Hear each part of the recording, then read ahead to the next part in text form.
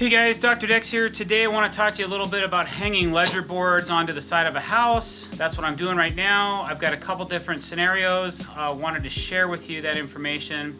So if you like what you see, don't forget to click that subscribe button and hit the bell icon if you want to be notified every time we're putting out fresh content.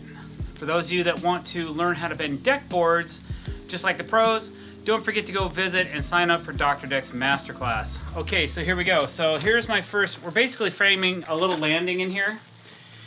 And we have a lot of different areas where we need to attach ledger boards to the house. Now, ledger board can serve a couple of different purposes. Usually your ledger board goes on and then you hang your joists from your ledger for various areas on your deck. On this particular job, we not only have the ledger, which the hanging ledger is going to go over here, and that's where we're going to hang the joist from, because the decking is going to run this way parallel with this wall over here.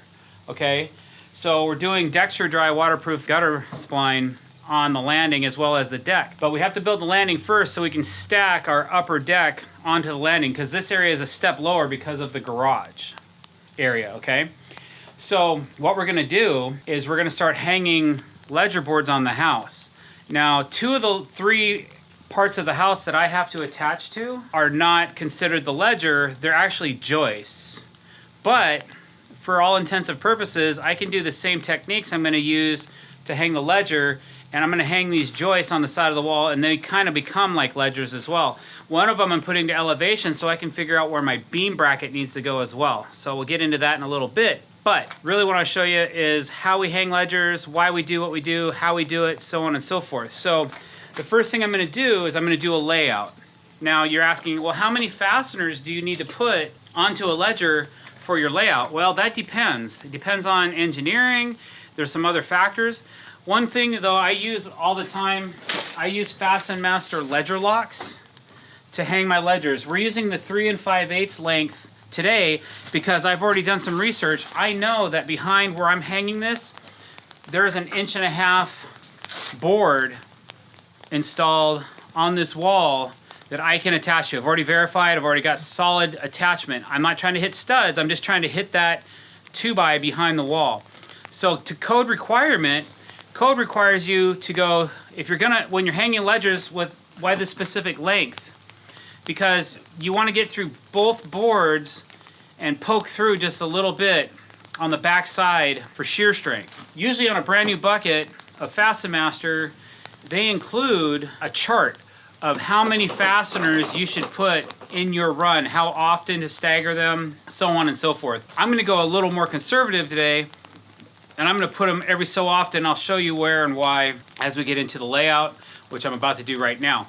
So we got ourselves some 3 5/8 ledger locks. We have our first treated board over here. I'm going to start laying that out.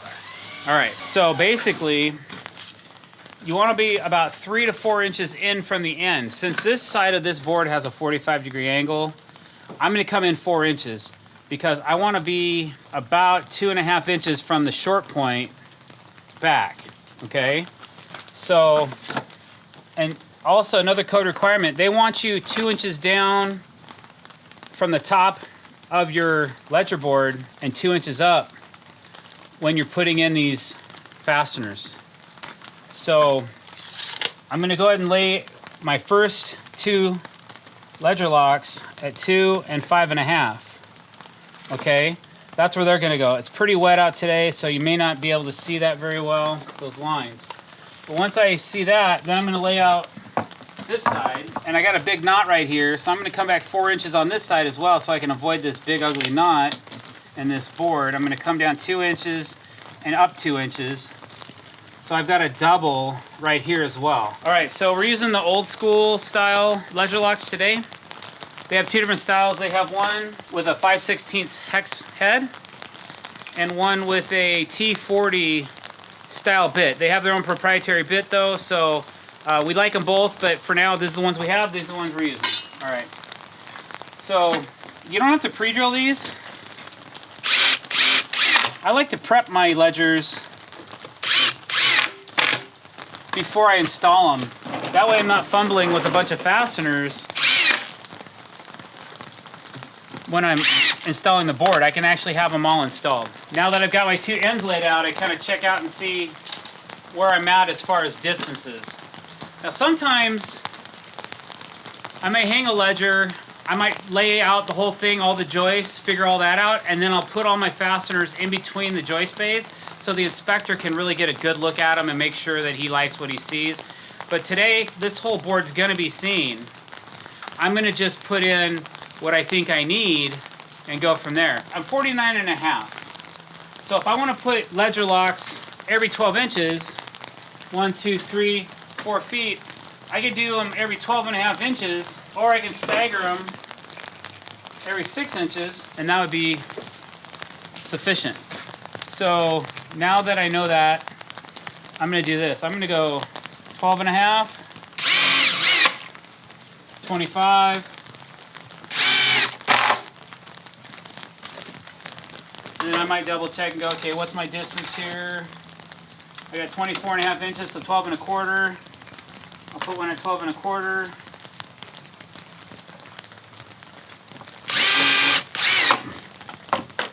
All right, and then just for giggles, I'll go ahead and drop a center one, a double right here.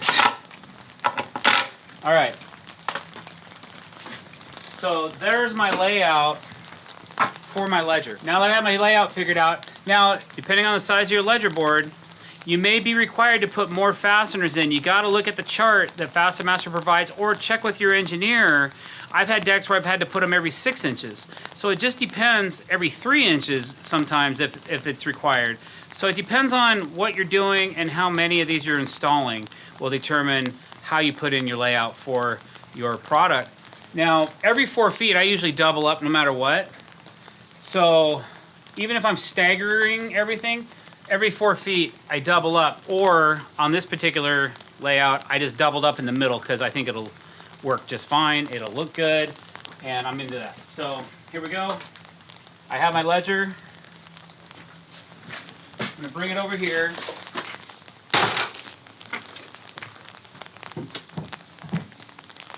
I'm gonna kind of set this up and prep it. Now, I know that